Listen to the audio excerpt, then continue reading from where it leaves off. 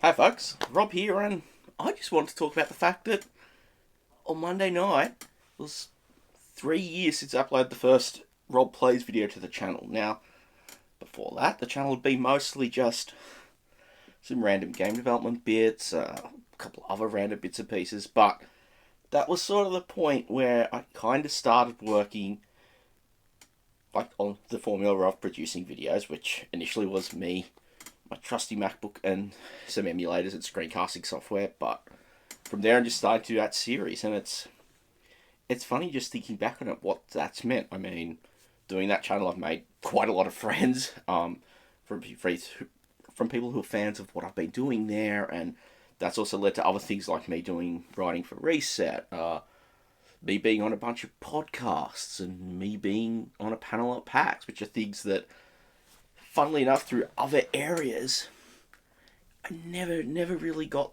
never really kind of did anything like that.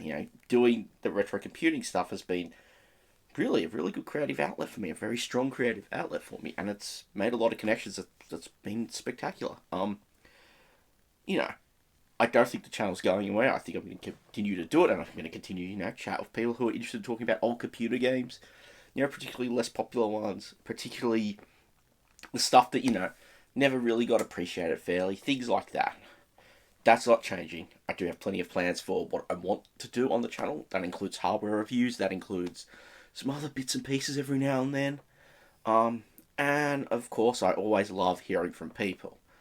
I can't stress that enough. I love the discussions. The things I've loved most are when coders from games that I've covered have managed to discover my video and actually say, "Yeah, you did a really nice job covering my game." That fills me with like this nice feeling of pride inside.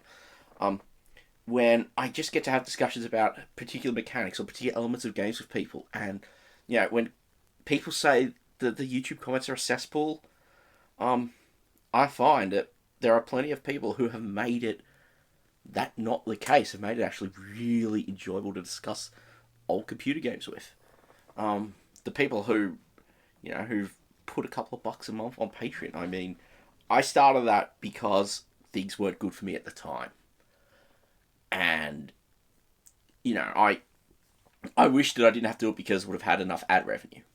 I've had some ad revenue. Ultimately, that's not the case. I'm kind of at the stage where I'm almost ready to keeping stable amount that I could just flip the ad switch off, and maybe I will. But for those people who did that, that means an incredible amount. There's a lot of people, I think that's enough to thank, because I don't want to thank everyone individually.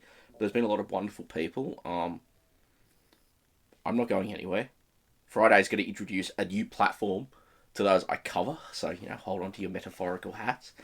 I've still got a couple of other platforms I need to cover and introduce. One of those I need more games for, and I may have done an unbox of a few months ago, or a month ago.